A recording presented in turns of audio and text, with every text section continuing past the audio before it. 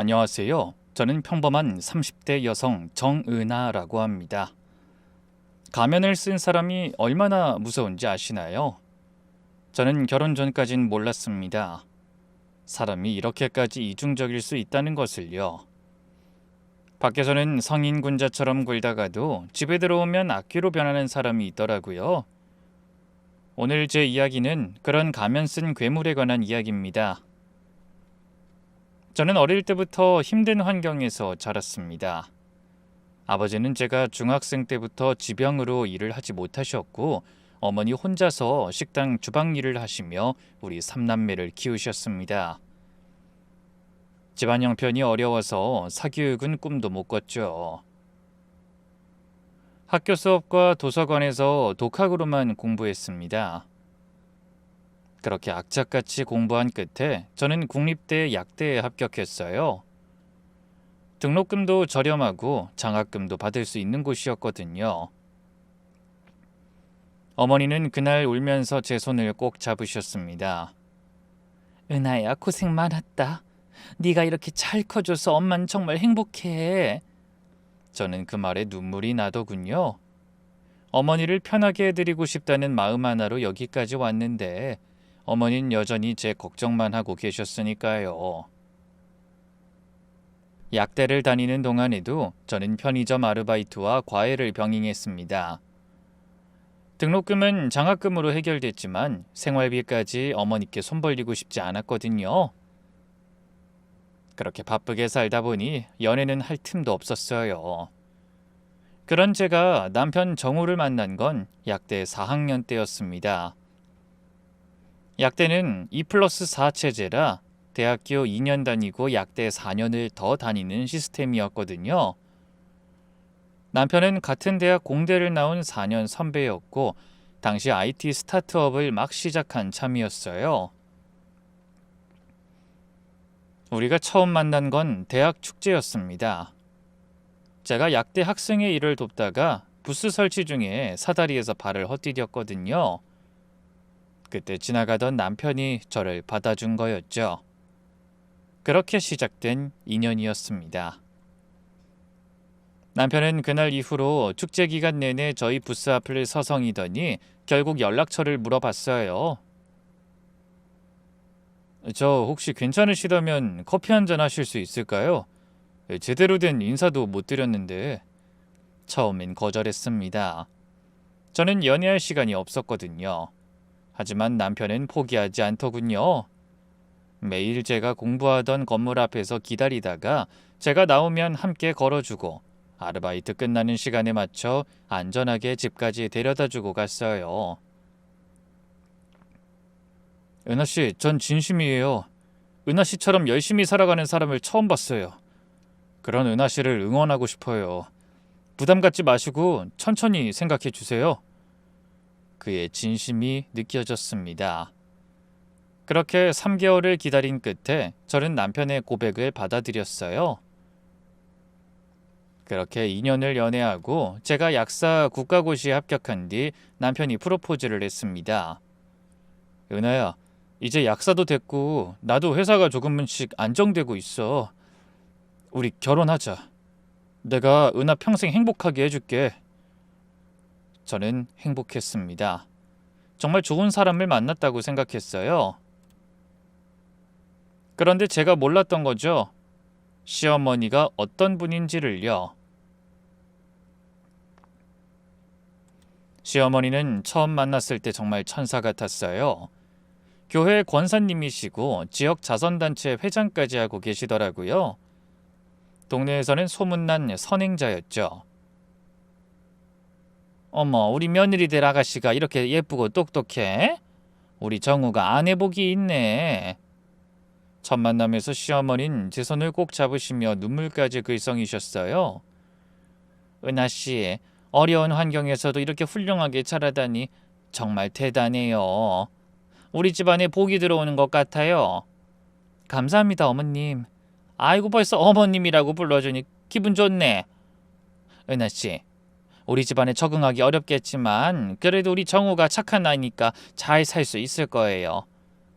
제가 며느리 많이 사랑해 줄게요. 그날 시어머니는 제게 비싼 옷까지 선물해 주셨어요. 처음에는 정말 좋은 분이라고 생각했습니다. 그런데 며칠 후 남편 가족들과 함께 식사를 하는 자리에서 뭔가 이상한 느낌을 받았어요. 은하 씨 아버님은 뭐 하시는 분이에요? 아버지는 지병으로 요양 중이세요. 아유, 그러시구나. 그럼 어머니 혼자 생계를 책임지시나 봐요? 네, 그 어머니께서 식당 일 하고 계세요. 그 말에 시어머니 표정이 미묘하게 변하더군요. 어머, 고생이 많으시겠어요. 근데 은하 씨, 식당 일이라는 게 주방 일을 말하는 건가요? 네, 맞아요. 아이고, 그래도 은하 씨가 이렇게 약사까지 됐으니 다행이네요. 우리 집안이랑은 많이 달라서 걱정이에요.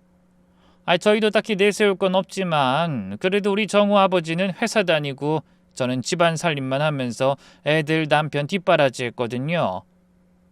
이런 것도 보고 배워야 할 수 있는 건데 괜찮겠어요?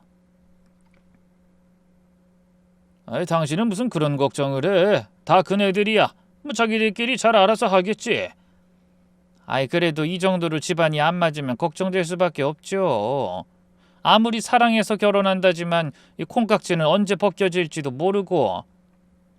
그 말투에서 은근히 저희 집안을 무시하는 느낌이 들었어요.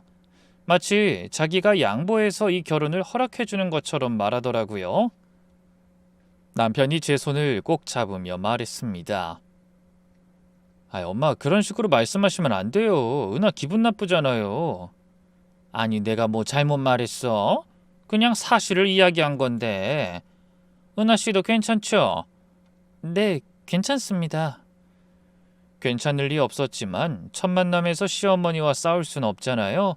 그냥 참고 넘길 수밖에요. 솔직히 시어머니의 몇 마디보다 남편이 행동으로 보여주는 사랑이 더 컸기에 참기로 한 거예요. 그렇게 저희는 결혼을 했습니다. 결혼 초기에는 시어머니가 정말 잘해주시는 것 같았어요. 자주 반찬을 갖다 주시고 틈만 나면 전화하셔서 안부를 물으셨죠. 은하야, 밥은 잘 챙겨 먹고 다니니? 약국일 힘들지 않어? 네, 어머님, 잘 지내고 있어요. 우리 며느리 정말 기특해. 우리 정우가 은하 만나서 복 받았어. 그때 느꼈던 쎄함이 거짓말이었던 것처럼 잘해주시더군요. 근데 결혼 3개월쯤 됐을 때였어요. 제 생일이었습니다. 남편이 깜짝 이벤트를 준비해 줬더라고요. 퇴근하고 집에 왔는데 거실이 온통 꽃과 풍선으로 장식돼 있었어요. 여보, 생일 축하해. 우리 와이프 생일인데 이 정도는 해줘야지. 여보, 고마워. 이렇게까지 안 해도 되는데. 당연히 해야지. 당신이 나한테 얼마나 소중한 사람인데. 남편은 제가 평소 갖고 싶어 했던 명품 가방까지 선물해 줬어요. 솔직히 너무 비싸서 살 엄두도 못 내고 있었거든요. 근데 그걸 어떻게 알았는지 저는 정말 감동받았습니다. 그런데 바로 며칠 후에 시어머니 생신이었어요. 남편이 용돈을 드리고 외식을 대접했는데 시어머니 표정이 영 좋지 않더군요. 정우야, 네 마누라 생일 땐 집에 꽃이며 풍선이며 잔뜩 꾸며놨다며? 나한텐 이게 다니? 엄마, 그건... 아니, 괜찮아. 나야 늙은이니까 젊은 마누라가 더 중요하지. 그 말투가 너무 차가웠습니다. 남편이 당황해하며 말했습니다. 엄마, 그게 아니라 와이프 생일이 결혼하고 처음이라서 좀 특별하게 해주고 싶었던 거예요. 어머니 생신은 제가 매년 챙겨드리잖아요. 매년 챙긴다고? 용돈이랑 밥 한 끼 사주는 게 챙기는 거야? 너 마누라한테 명품 가방까지 사줬다며? 엄마, 와이프 제대로 된 가방이 하나도 없어요. 매번 돈 아끼느라 에코백 메고 다니는 사람인데. 그리고 엄마한텐 저번에 신혼여행 갔다 오면서 좋은 거 사드렸잖아요. 그것도 와이프가 사드리자고 해서 사드린 건데. 그래, 알았어. 그걸로 퉁치자 이거잖아. 내가 며느리만 못하다는 거지 뭐. 시어머니는 그날 화를 내며 일찍 집으로 돌아가셨어요. 남편은 미안해하며 제게 사과했습니다. 여보, 미안해. 엄마가 원래 저러시는 분이 아닌데 요즘 갱년기라서 예민하신가 봐. 괜찮아요. 제가 어머님께 따로 잘 말씀드려 볼게요. 좋은 분이시니까 이해해 주실 거예요. 근데 그게 시작이었어요.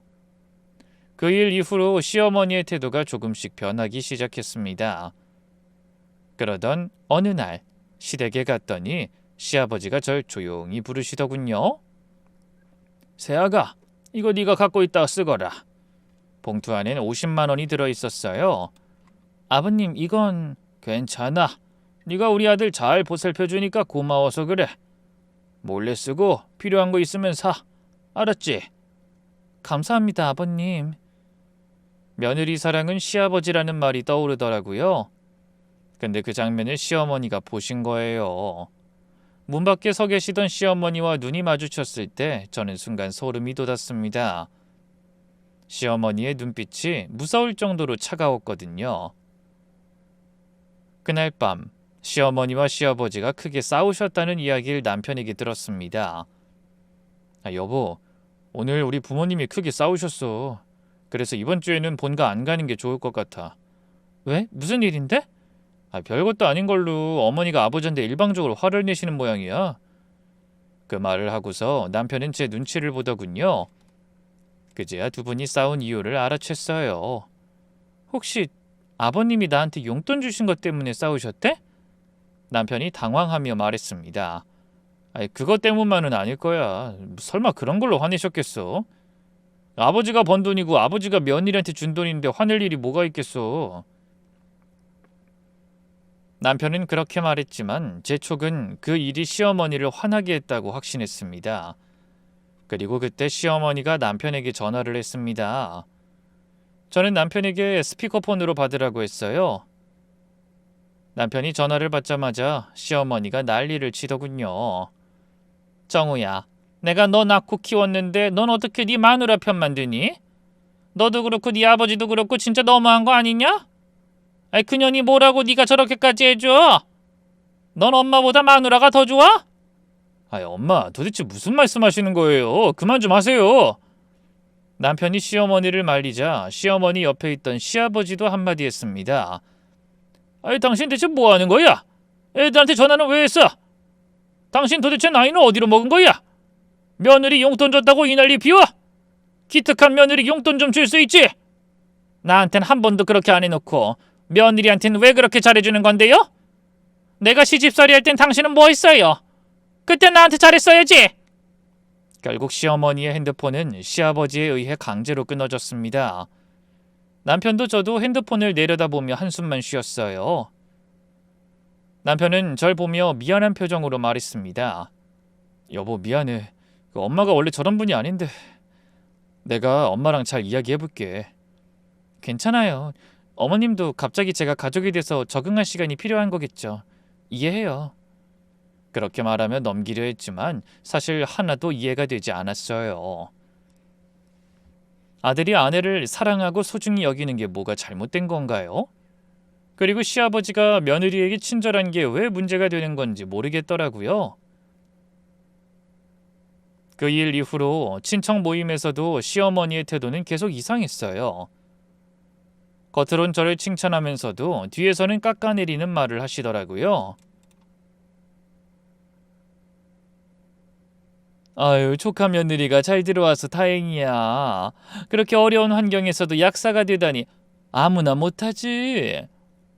친척들이 저를 칭찬하면 시어머니는 이렇게 말씀하셨대요. 그래도 애가 외동딸로 자라서 그런지 좀 철이 없어요.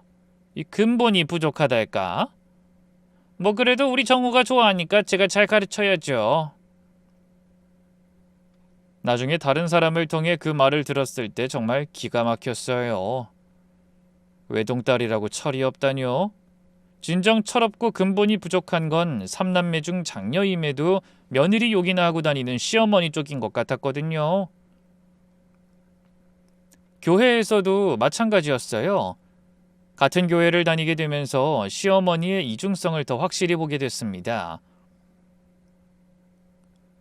권사님, 며느리분이 정말 착하시다면서요?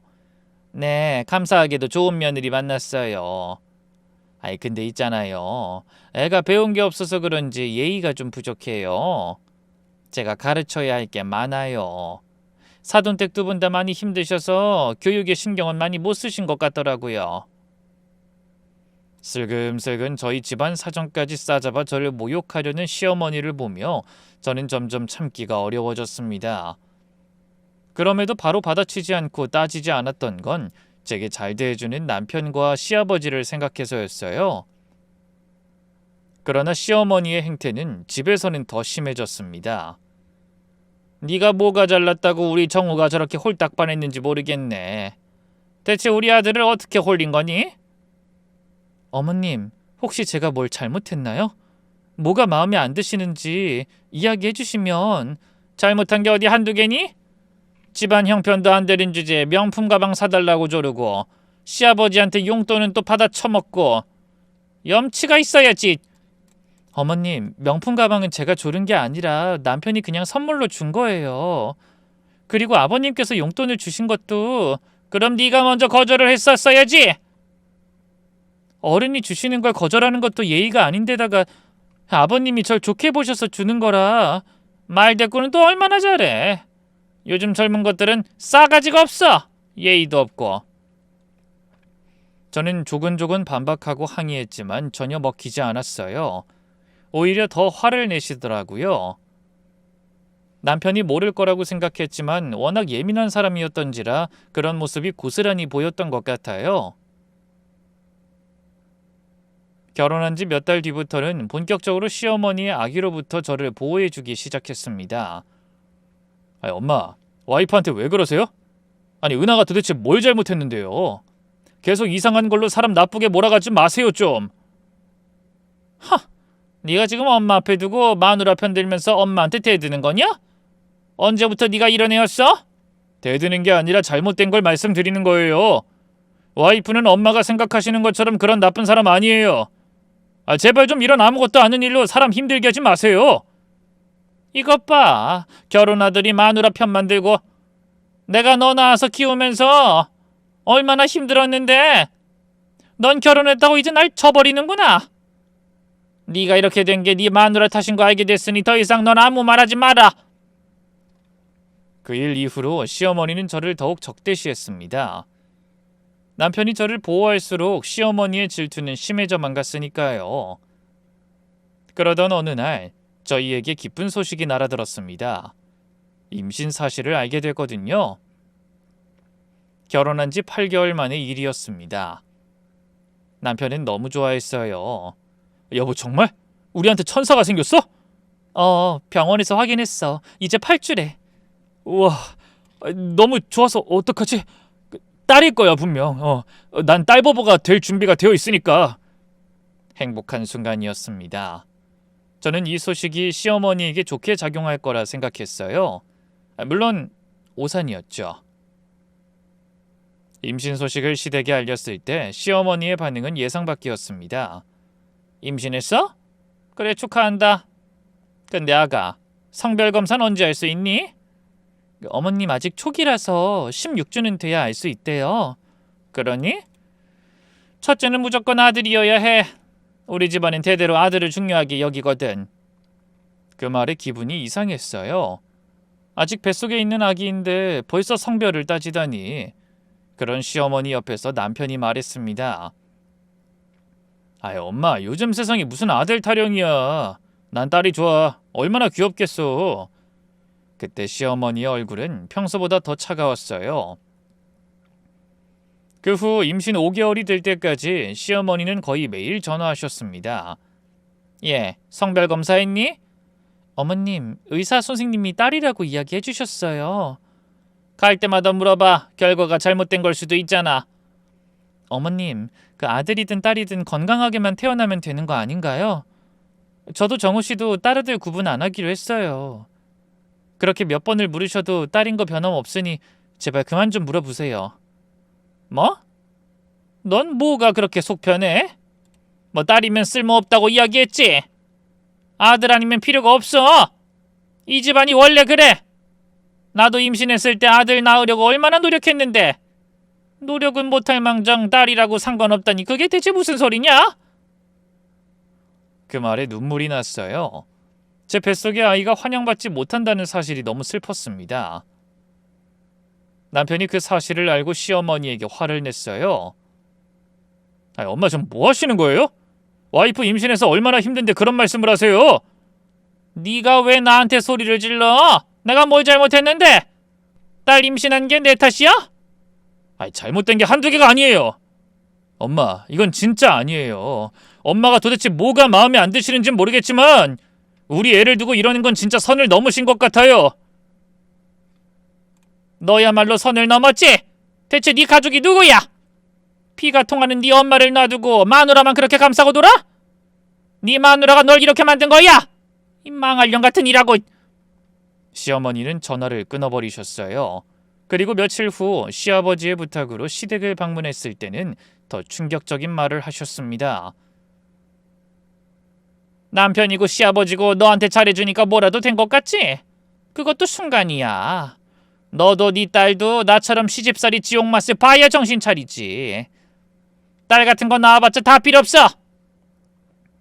어머님, 그게 무슨 말씀이세요? 어떻게 임신한 저한테 그런 소리를... 내가 못할 말했어? 내가 둘째 임신일 때도 딸이었어. 나는 고된 시집살이 하느라 애가 떨어졌는데 왜 넌 이렇게 오냐오냐 귀염받아? 너도 나처럼 유산이나 해버려라. 그건 축복이 아니라 저주였어요. 저는 충격으로 아무 말 하지 못했고 남편은 시어머니의 그 말을 듣고 완전히 폭발했습니다. 엄마! 어떻게 그런 말을 할 수 있어요? 엄마 미쳤어요? 뭐? 네가 지금 엄마한테 미쳤다고 했어? 네, 미쳤냐고 했어요. 조심해도 모자랄 판에 악담을 퍼부어요? 내가 아는 엄마가 맞는 거냐고요? 시어머니가 남편에게 달려들어 할퀴려고 했어요. 남편이 저를 감싸며 막아섰습니다. 엄마, 제발 정신 좀 차리세요. 도대체 왜 이러시는 거예요? 이게 다 전현 때문이야. 전현이 너를 홀려서 나한테 이렇게 만든 거야. 네가 나한테 이러면 안 되지. 네가 내 아들인데 왜 전현 편을 들어? 남편은 그런 시어머니를 이해하지 못한 채 제 손을 붙잡고 시댁에서 나왔습니다. 시아버지도 집을 나서는 저희에게 빨리 가라며 신호를 보내셨죠. 차에 탄 남편은 눈물을 흘리며 제게 사과했습니다. 여보, 정말 미안해. 엄마가 왜 저렇게 변했는지 모르겠지만 그래도 내가 꼭 당신이랑 우리 아기 지켜줄게. 걱정하지 마. 다음 날 시아버지가 저희 집을 찾아오셨습니다. 세아가 미안하다. 네 시어머니가... 사실 내 어머니가 아내를 마음에 들어하지 않으셔서 시집살이 할 때 너무 힘들어했어. 그래서 둘째를 유산한 적이 있었지. 그 트라우마 때문에 지금 이상하게 행동하는 것 같구나. 조금만 이해해 줄 수 없겠니? 그제야 시어머니가 제게 나쁘게 군 이유를 조금 짐작할 수 있었습니다. 본인은 시집 와서 환영도 못 받고 딸 임신했다고 구박을 많이 받았으니 그게 한이 됐겠죠. 근데 그걸 같은 며느리 입장인 제게 이런 식으로 풀어내는 건 이해가 안 갔어요. 아버님, 저도 이해하려고 노력은 하는데 솔직히 너무 힘들어요. 알아, 내가 잘 타이를게. 아가, 마음 잘 추슬러라. 너도 아이도 문제가 생기는 건 절대 바라지 않아. 그리고 아내와 달리 나는 손주가 아들이든 딸이든 상관없어. 우리 식구가 되는 거잖아. 그러니 네 시어머니 생각은 하지 말고 애 낳는 것만 생각해. 응? 시아버지의 따뜻한 말에 조금 위로가 됐습니다. 하지만 시어머니는 달라지지 않았습니다. 그리고 제가 임신 8개월이 됐을 때 명절이 다가왔어요. 남편은 시댁에 가지 말자고 했지만 안 갈 수도 없었습니다. 시아버지가 기다리고 계시는 걸 알고 있었거든요. 대신 잠깐 얼굴만 뵙고 오자고 하며 시댁에 들리기로 했어요. 그리고 그날이 제 인생에서 가장 끔찍한 날이 될 줄 꿈에도 몰랐습니다. 명절날 아침, 남편은 계속 걱정했습니다. 여보, 우리 진짜 잠깐만 있다가 오는 거야. 알았지? 가서 식사도 하지 말고 명절 선물만 드리고 오자. 여보, 괜찮아. 그래도 명절인데 아버님 얼굴은 배워야지. 다른 친척분들도 오실 텐데 우리만 빠지는 것도 좀 그렇고. 하지만 당신이 너무 걱정돼.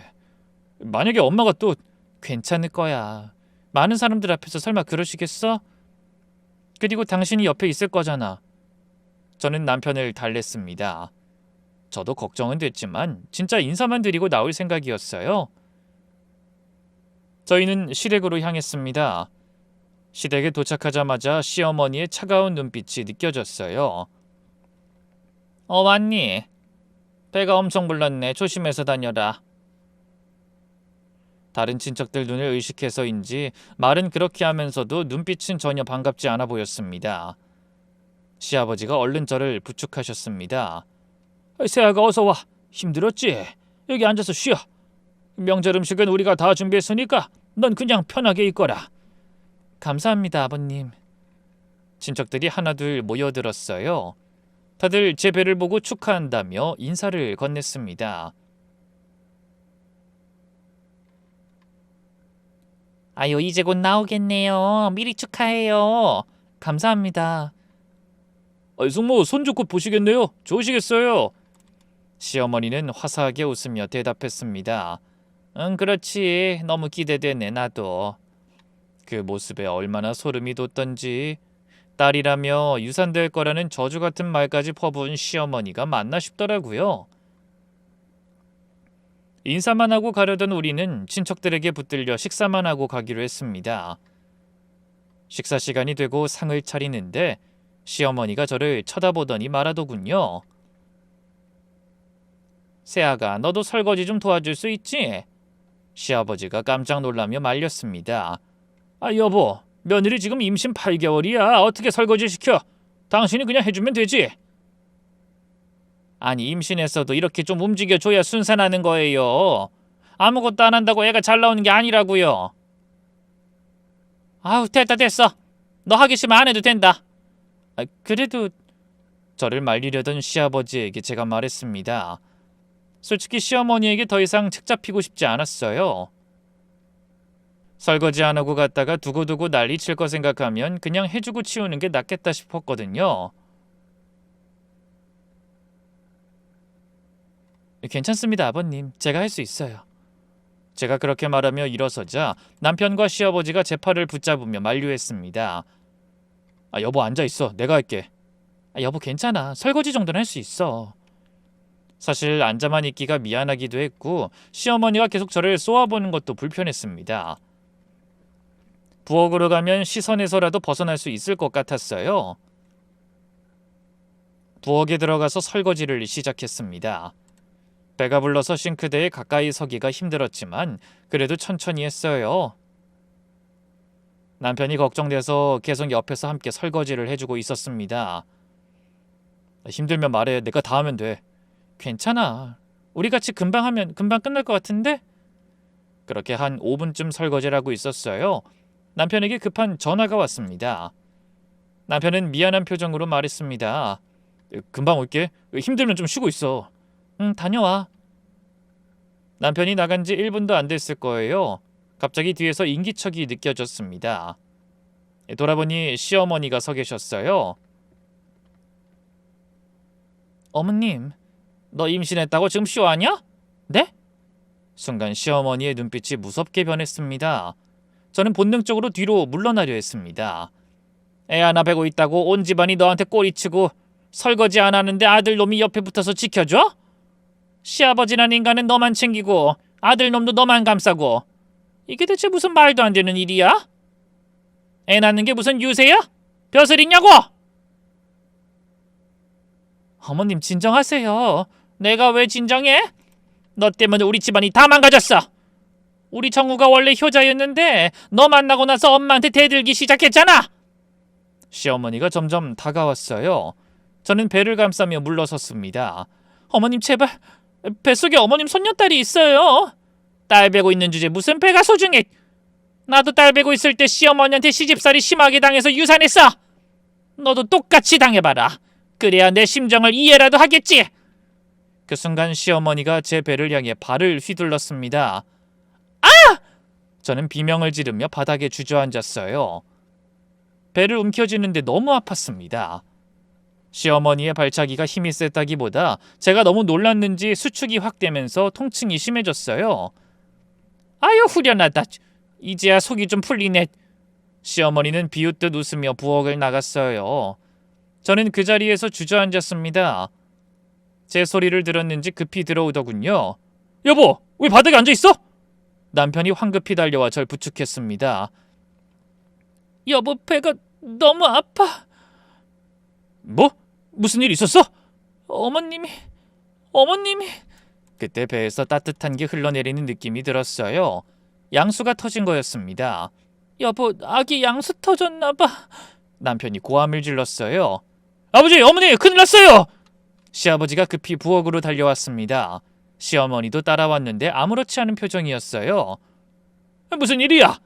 남편이 시어머니를 노려보며 소리쳤습니다. 엄마가 뭐 한 거죠? 와이프 혼자 있었는데 왜 이렇게 됐어요? 난 아무것도 안 했어. 네 마누라가 알아서 넘어진 거야. 거짓말하지 마세요. 엄마가 은하한테 뭐 했죠? 아이, 정우야, 지금 그게 중요해?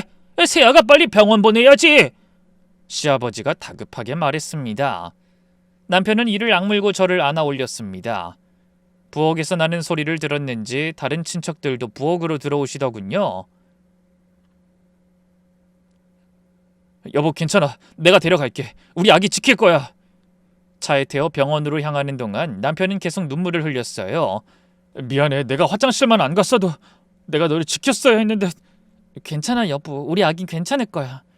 하지만 저도 무서웠습니다. 아직 8개월밖에 안 됐는데. 병원에 도착하자마자 저는 산부인과가 있는 응급실로 실려갔습니다. 의사 선생님이 심각한 표정으로 말했어요. 양수가 터져서 지금 당장 제왕절개 수술 들어가야 합니다. 선생님, 아기는 괜찮을까요? 8개월이면 나와봐야 합니다. 최선을 다하겠습니다. 수술실로 들어가기 전 남편이 제 손을 꼭 잡아줬습니다. 여보, 힘내. 당신도 우리 아기도 괜찮을 거야. 걱정하지 마. 수술은 1시간 정도 걸렸습니다. 출혈이 심해서 수혈하고 후처치하느라 시간이 좀 더 걸렸다고 하더군요. 눈을 떴을 때 남편이 제 옆에 앉아 있었습니다. 여보, 깨어났어? 괜찮아? 아기는? 우리 아기는? 남편의 눈에서 눈물이 흘러내렸어요. 괜찮아. 우리 딸 2.5kg으로 태어났어. 지금 인큐베이터에 있는데 의사 선생님이 다행히 건강하다고 하셨어. 정말? 우리 딸 씩씩하게 잘 태어났어. 팔삭둥이지만 건강해. 그래도 입원은 해야 한대. 살찌어서 나가면 된다고 하시네. 저는 안도의 눈물을 흘렸어요. 아기가 무사하다니 정말 다행이었습니다. 양수가 터져 급한 상황이었음에도 아이는 무사했어요. 다만 호흡이 불안정해 호흡기를 잠시 하고 있어야 한다고 말하더군요. 그것 외에는 생각보다 잘 버텨줬다는 말에 얼마나 눈물이 흐르던지. 그런데 남편이 잠시 침묵하더니 저한테 물어보더군요. 내가 엄마한테 물어봤어. 처음엔 부인하더니 아버지가 다그치니까 결국 말씀하시더라. 엄마가 당신 배를 발로 찬 거 맞아? 남편의 물음에 저는 아무 대답도 할 수 없었습니다. 무언의 긍정에 남편 얼굴이 일그러지더군요. 진짜야? 어떻게 사람이 그럴 수가 있지? 아무리 며느리가 미워도 임신한 사람 배를 차다니. 엄마가 미쳤나 봐. 완전히 미쳤어. 남편은 분노로 온몸을 떨고 있었습니다. 이제 엄마랑은 만나지 말자. 태어난 애한테 무슨 짓 할지 모를 사람이야. 미안해. 내가 당신이랑 우리 딸 제대로 지키지도 못하고. 남편은 자책하며 다짐하더군요. 솔직히 저도 이제 더는 시어머니와 마주치고 싶지 않았어요. 그래서 남편이 시어머니와의 만남을 갖지 않기로 하자는 말에 안 된다는 입에 바른 말은 하지 않았고요. 다음 날 저는 병실에서 쉬고 있었습니다. 의료진은 제왕절개라 5일은 입원해야 한다고 하더군요. 결국 친정어머니가 급히 올라오셔서 절 보살펴 주셨습니다. 은하야, 엄마 딸 많이 아팠지? 엄마가 늦게 와서 미안해. 근데 도대체 이게 다 무슨 일이니? 엄마 별거 아니에요. 그냥 일이 좀 있었어요. 친정어머니에게는 고지고대로 말할 수 없었어요. 그래서 무슨 일이 일어났는지 얼버무리려 한 그때 병실 문이 열리며 시어머니가 들어왔습니다. 어떻게 알아냈는지 모르겠더라고요. 분명히 남편이 알려주진 않았을 텐데. 친정어머니와 마주한 시어머니는 비웃듯 말했습니다. 사부인 오셨어요? 왜 오셨나 모르겠네요. 딸이 딸을 낳았는데도 미역국을 먹여주고 싶어요? 친정어머니가 황당한 표정으로 시어머니를 쳐다봤어요. 사돈댁, 지금 무슨 말씀을... 아들도 아니고 딸을 낳았으니 별로 축하할 일도 아니잖아요. 쓸모없는 딸년 하나 태어났을 뿐인데 여기까지 와서 참 지극정성이네요. 사돈댁, 갓 태어난 신생한테 어떻게 쓸모없다는 말을 하세요? 사실이잖아요. 그리고 사돈댁도 딸 교육 제대로 시키세요. 시댁에서 설거지 좀 시켰다고 배가 아파요? 일이 얼마나 하기 싫으면 저러는지. 아휴... 저는 그 말을 듣는데 온몸에 힘이 쭉 빠지는 것 같았어요. 친정어머니는 분노로 떨고 계셨습니다. 친정어머니가 뭐라 하려는데 시어머니가 계속 말을 이었어요. 이번 주 주말엔 김장하러 나와. 앞으로 너 도와줄 사람은 없을 거다. 이제 뱃속에 애도 없으니 다들 오냐오냐 떠받들진 않겠지. 당장 나가요. 나가! 친정어머니가 소리치자 시어머니는 비웃으며 병실을 나갔습니다. 그저 조롱하기 위해 이곳을 찾은 듯한 모습에 피가 차갑게 식는 느낌이었어요. 저는 그 순간 결심했습니다. 더 이상 참을 수 없다고. 다행히 병실에 있던 제 핸드폰이 녹음 모드로 되어 있었습니다. 시어머니가 들어오자마자 미리 켜놓은 거였어요. 시어머니가 또 무슨 짓을 할지 모르니까요. 결혼 초반에 시어머니의 행동을 보고서 언제부터인가 습관처럼 저는 시어머니와의 대화를 녹음하거나 녹화하곤 했거든요. 아무도 제 말을 믿어주지 않을까 봐요. 솔직히 대외적으로 너무나 완벽한 사람이 저를 음해한다고 말해도 뭐 증거가 없다면 절 믿어줄 사람이 있겠어요? 저는 시어머니가 속해 있는 모든 단톡방을 확인했습니다. 교회 전체 카톡방, 시어머니가 회장으로 있던 자선단체 단톡방, 친척 모임방까지.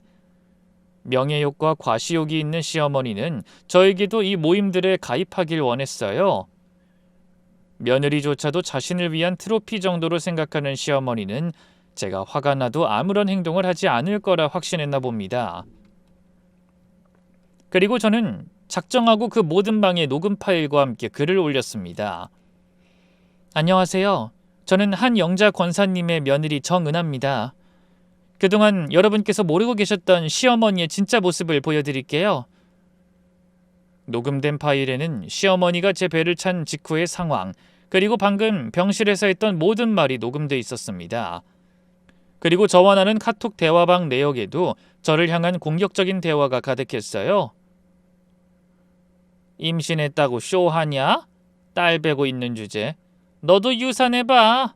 쓸모없는 딸년 등등의 자극적인 말이 시어머니 입에서 나오는 걸 모두가 보게 됐습니다. 그뿐만이 아니었어요. 전 그동안 몰래 모아둔 영상도 함께 올렸습니다. 시어머니가 집에서 저에게 퍼부었던 욕설들.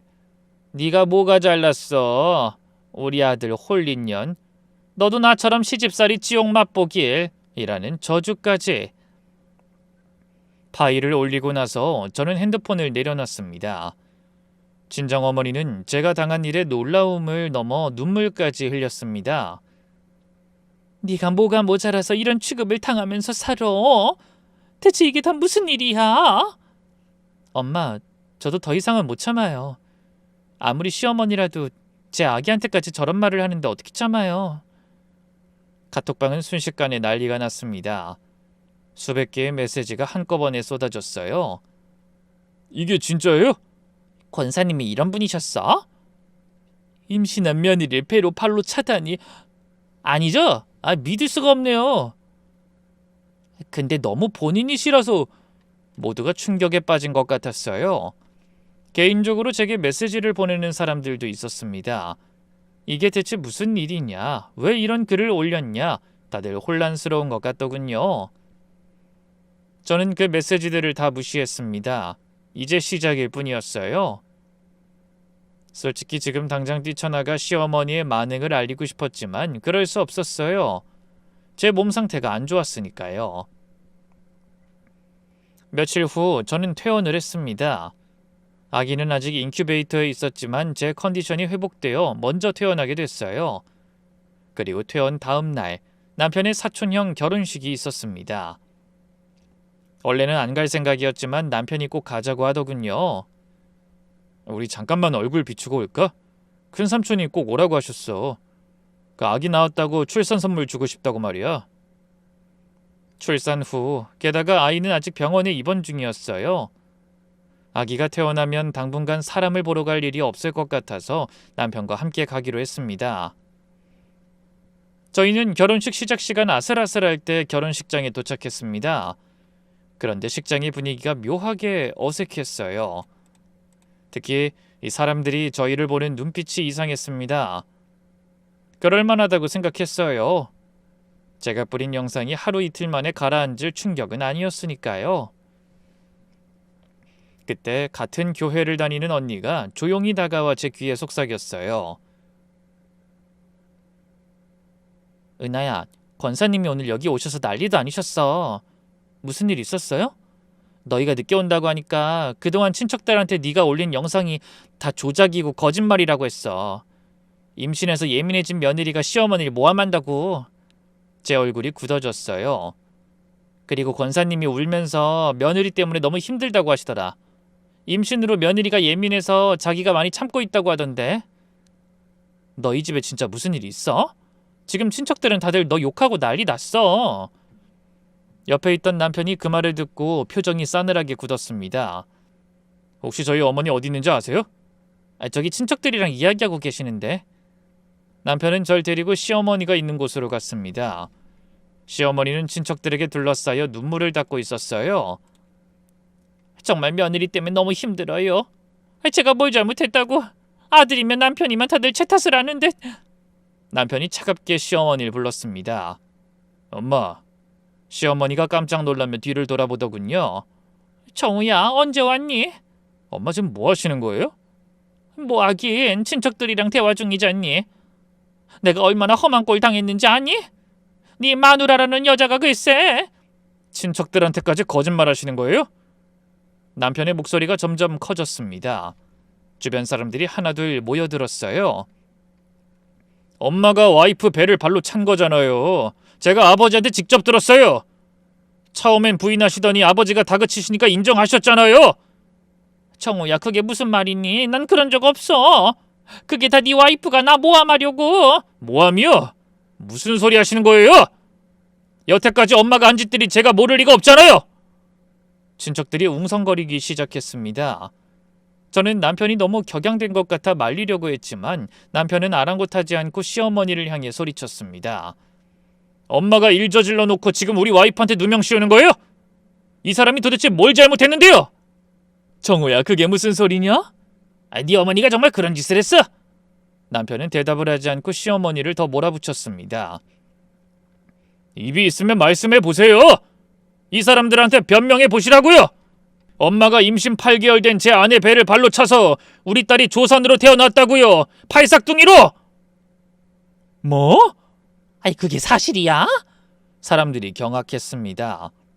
한 친척 아주머니가 시어머니를 쳐다보며 말했어요.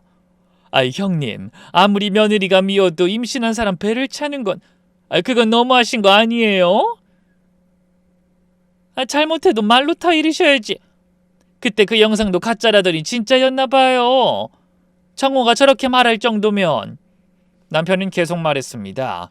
그리고 엄만 병원에 찾아와서 갓 태어난 우리 딸한테 쓸모없는 딸년이라고 했어요. 제 장모님 앞에서요.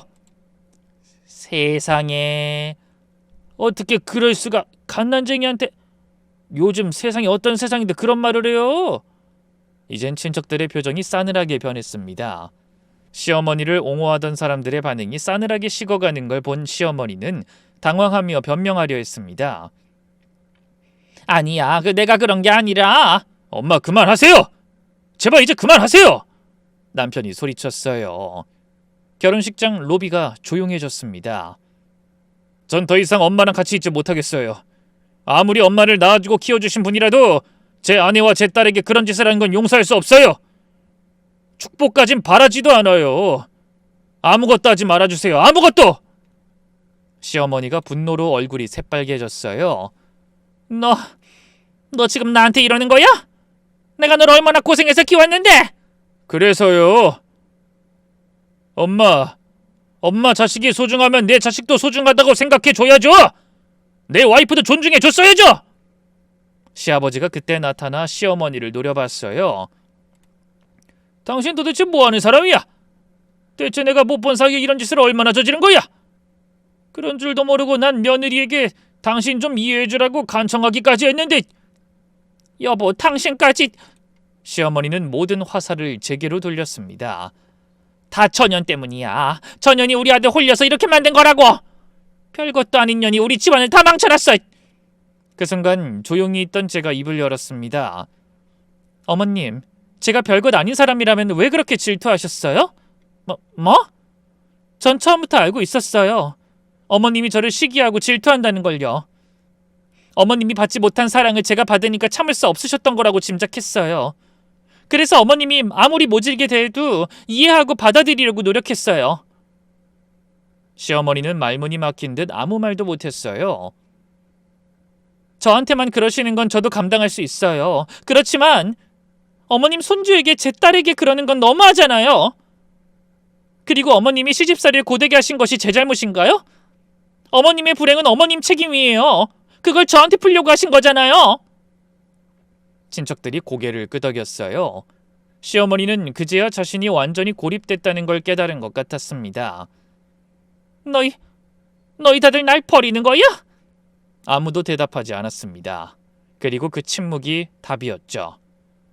그리고 모두가 시어머니 곁을 스쳐 지나갔습니다. 솔직히 불쌍한 마음도 들지 않았어요. 그 사람이 저지른 짓을 생각하면요. 그 일이 있고 한 달 뒤 저희 아기가 드디어 퇴원을 하게 됐습니다. 건강하게 잘 자라준 우리 딸 수아.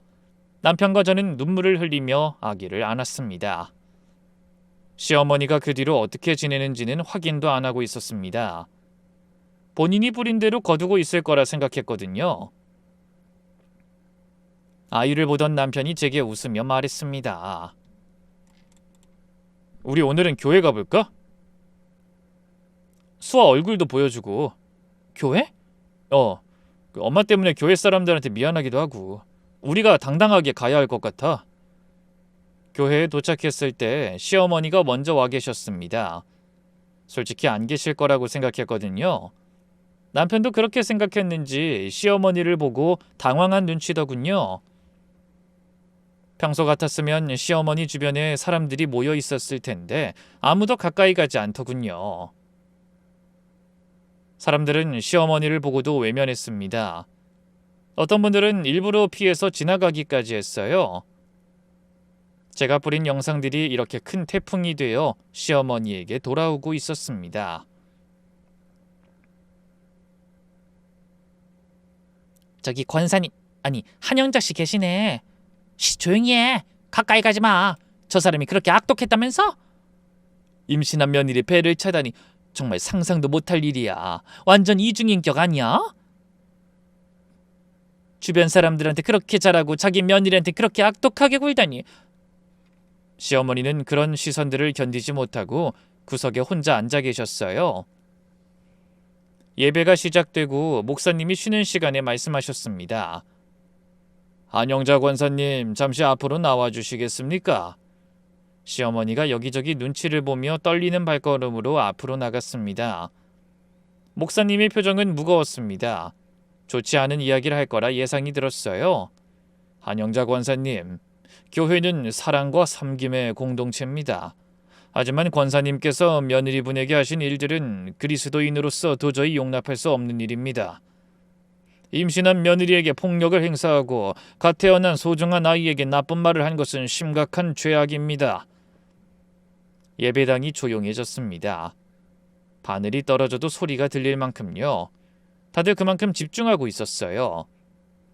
따라서 장로님들과 협의 끝에 한영사 권사님의 권사직을 박탈하기로 결정했습니다. 그리고 진심으로 회개하고 변화될 때까지 교회 봉사에서도 제외됩니다. 목사님 제발. 권사님 자리로 돌아가십시오. 시어머니는 목사님에게 애원하듯 쳐다보다가 싸늘한 목사님의 표정에 고개를 떨구고 자리로 돌아갔어요. 사람들의 차가운 시선이 시어머니를 향했습니다. 예배가 끝나고 교회 주차장에서 한 집사님이 저에게 다가왔어요. 그동안 많이 힘드셨죠? 우리가 권사님의 진짜 모습을 몰라서 미안해요. 괜찮습니다. 그리고 자선단체에서도 권사님을 영구 제명했어요. 회장직도 박탈됐고요. 이런 사람이 자선활동을 한다는 게 말이 안 되잖아요. 시어머니가 그렇게 자랑스럽게 여기던 모든 직책이 하루아침에 사라진 거였어요. 그뿐만이 아니었습니다. 동네 아파트 부녀의 모임에서도 퇴출당했다고 하더군요. 엘리베이터에서 마주치면 사람들이 일부러 다음 엘리베이터를 기다릴 정도였습니다. 무섭더라. 저런 사람이 우리 옆집에 산다는 게 소문 들었어? 두 얼굴하고 며느리 아주 잡았다며? 시어머니는 완전히 고립됐습니다. 40년 동안 쌓아온 명성이 일주일 만에 다 무너진 겁니다. 며칠 후 시어머니가 교회 앞을 돌아다니며 사람들에게 하소연을 하고 다녔다는 이야기를 들었습니다. 제가 교회를 찾아가니 여전히 반성조차 하지 않았더라고요. 제발 제 말 좀 들어주세요. 전 억울해요. 며느리가 거짓말을 한 거예요. 한영자씨 그만하세요. 녹음 파일이랑 영상 다 봤어요. 그건 조작이에요. 편집한 거라고요. 그러나 아무도 시어머니의 말을 믿지 않았습니다. 오히려 더 기피 대상이 되었죠. 시어머니는 점점 더 고립되어 갔습니다. 그럴수록 저희 집에 찾아와 악에 바친 소리를 질러대기 시작했습니다. 네가 날 망쳤어. 네가 악마고 사탄이야. 내 아들, 내 남편, 내 거 전부 다 돌려줘, 이 악마야. 그런 모습을 보는데 정말 미쳐버리겠더군요. 저를 악마라며 부르던 시어머니는 남편이 나타나면 언제 그랬냐는 듯 애처로운 표정으로 애원하기 바빴습니다. 그리고 그런 모습을 며칠 지켜보던 남편이 심각한 얼굴로 제게 말했습니다. 엄마한테 접근 금지 신청할 거야. 법적으로 우리 집 그리고 당신, 우리 딸 근처에도 못 오게 만들 거야. 여보, 난 더 이상 엄마를 엄마로 생각할 수 없어. 엄마가 아니라 괴물이었어. 지금 행동을 봐. 저게 어떻게 사람의 행동이야? 그냥 악만 남은 거야. 반성 대신 당신을 향한 원망만 남았어. 남편은 다음날 바로 접근 금지 신청을 했습니다. 시어머니는 그 소식을 듣고 완전히 미쳐버렸어요. 그리고 시어머니가 그 사실을 알게 된 날 저녁, 저희 집 초인종이 미친 듯이 울렸습니다. 정우야, 정우야, 문 열어, 엄마야! 시어머니가 문 앞에서 소리를 지르고 있었어요. 남편이 인터폰으로 말했습니다. 돌아가세요, 엄마. 경찰 부를 거예요. 정우야, 제발 엄마 말 좀 들어줘. 엄마가 잘못했어. 용서해줘. 용서는 무슨 용서요? 엄마가 은하한테 사과부터 하세요. 그년이 뭔데? 내가 왜 그년한테 사과를 해? 그 말을 들은 순간 남편의 표정이 싸늘하게 굳었어요. 역시 반성 따윈 없으시네요. 경찰 부를게요. 안 돼, 정우야! 시어머니가 문을 발로 차기 시작했어요. 남편은 바로 경찰에 신고했습니다. 여보세요? 112죠? 저희 집 앞에서 사람이 난동을 부리고 있습니다. 접근 금지 신청받은 사람인데 10분 후 경찰이 도착했습니다. 시어머니는 경찰이 와도 난동을 멈추지 않았습니다. 제 아들이 집에 있어요. 저 며느리가 제 아들을 가둬놓고 있다고요. 어머니 진정하세요. 그 아드님이 직접 신고하신 겁니다. 거짓말이에요. 며느리가 시킨 거예요. 경찰이 남편과 통화를 했고 결국 시어머니는 경찰에게 끌려가듯 떠났어요. 다음날 시아버지가 저희를 찾아오셨습니다. 아가, 정우야, 미안하다. 내가 너희 엄마를 제대로 못 말려서. 시아버지 얼굴엔 깊은 피로가 역력했습니다. 아버님, 나도 이혼하기로 했다. 더 이상은 못 살겠더라. 조상 보기도 부끄럽고 저렇게 끝까지 반성을 안 하는 걸 보니 더 이상 내가 감당할 수 없겠다는 생각이 들었어. 그리고 너한테 진심으로 사과하마. 저 사람 때문에 네가 얼마나 고생했는지 보고 나니 더 미안하구나. 결국 시아버지는 시어머니와 이혼했습니다. 재산 분할로 시어머니는 돈을 좀 받았지만 그 돈으로 작은 원룸 하나가 고작이었어요. 시어머니는 그 좁은 원룸에서 혼자 살게 됐습니다. 아들도 남편도 교회도 봉사단체도 동네 사람들도 모두 등을 돌렸어요. 가끔 시어머니가 SNS로 저희 소식을 훔쳐보는 것 같았어요. 제가 올린 아이 사진마다 익명 계정으로 댓글이 달렸거든요. 손주가 보고 싶네요. 할머니도 만나게 해주세요. 하지만 전 차단했습니다. 그리고 남편도 단호했어요. 아이가 돌이 됐을 때 갑자기 시어머니가 문자를 보내왔더군요. 정우야, 엄마도 수아 돌잔치 가고 싶다. 제발 한 번만. 남편은 답장조차 하지 않았어요. 돌잔치엔 친정 식구들과 친구들 그리고 시아버지만 오셨어요. 시어머니 자리는 없었습니다. 뿌린 대로 거둔다고 했습니다. 시어머니는 질투와 증오를 뿌렸고 결국 고독과 외로움을 거뒀어요. 40년간 쌓아온 모든 것이 자신의 손으로 무너진 거죠. 전 이제 행복합니다. 사랑하는 남편과 딸, 그리고 저를 지켜주는 가족들이 있으니까요. 가면을 쓴 괴물은 더 이상 저희 곁에 없습니다. 여러분, 이 사람은 겉모습이 전부가 아닙니다. 진짜 본성은 가장 가까운 사람에게 드러나죠. 그리고 그 본성이 악하다면 언젠가는 반드시 대가를 치르게 됩니다. 긴 글 읽어주셔서 감사합니다. 모두 행복한 하루 되세요.